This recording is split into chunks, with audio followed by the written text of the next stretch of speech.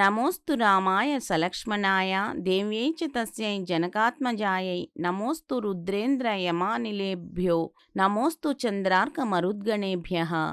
లంకిణిని ఓడించిన హనుమంతుడు లంకిణి మాటలకు ఉత్సాహంగా పట్టణం వైపు నడక సాగించారు. శత్రుపట్టణంలోకి ద్వారం గుండా ప్రవేశించకూడదని ఎగిరి ప్రాకారం పైన కూర్చుంటాడు. ముందుగా ఎడమకాలు మోపి లంకానగరంలోకి ప్రవేశిస్తాడు.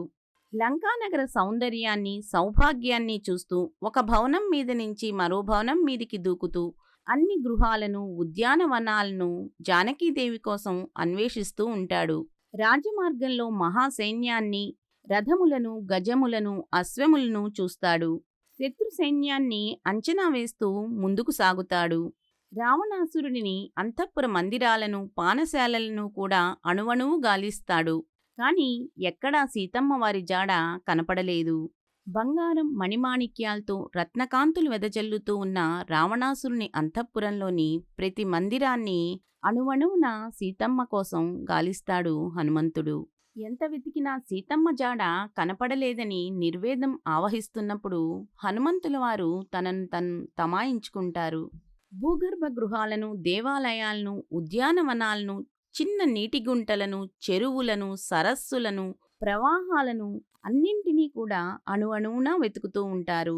లంకా నగరంలో అనేక మంది రాక్షస స్త్రీలను యక్ష కిన్నెర గంధర్వులను వివిధ వికృతమైన ఆకృతులు కలిగిన రాక్షసులను చూశాడు. కాని ఎక్కడ వెతికినా ఆయనకు జానకీదేవి జాడను మాత్రం కనుగొనలేకపోయారు. నాగకన్యలు గంధర్వ భామినులు కూడా కనిపించారు. కాని సీతమ్మ వారి జాడ దొరకలేదు. మహామేధావి మహాబల సంపన్నుడు రామభక్తుడు అయిన హనుమంతుడు కూడా లంకా నగరాన్ని అణువణువునా గాలించినా కూడా జానకీదేవి జాడ కనుగొనలేకపోయినందుకు కలవరపాటుకు లోనయ్యారు. మిక్కిలి విచారంతో దీర్ఘాలోచనలో పడ్డారు. ఆ సమయంలో హనుమంతుల వారు అనుభవించిన మానసిక వేదన వర్ణనాతీతం. ఆ సమయంలో ఆయన మనసులో కలిగిన ఆవేదన ఆందోళనలను రామాయణంలోని వాల్మీకి మహర్షి చాలా హృద్యంగా వివరించారు. నిరాశ నిస్పృహలకు లోనైనప్పుడు, మనం చేస్తున్న ప్రయత్నం సరైన ఫలితాన్ని ఇవ్వనప్పుడు మనసు కలవరపాటు చెంది అనేక రకమైన అస్థిరమైన ఆలోచనలను చేస్తుంది.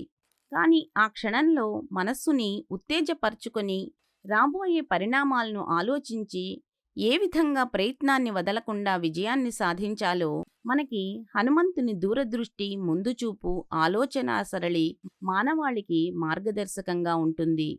ఎన్ని ప్రయత్నాలు చేసినా తగిన ఫలితం పొందలేదని బాధపడే యువతరానికైనా విద్యార్థులకైనా, ఎంత శ్రమపడ్డా కుటుంబంలో గుర్తింపు దక్కట్లేదని బాధపడే గృహిణులకైనా తాము పడిన శ్రమకి తగ్గ ఫలితం పొందలేదని గుర్తింపు దక్కలేదని నిరాశ నిస్పృహలు ఆవహించటం చాలా సహజం.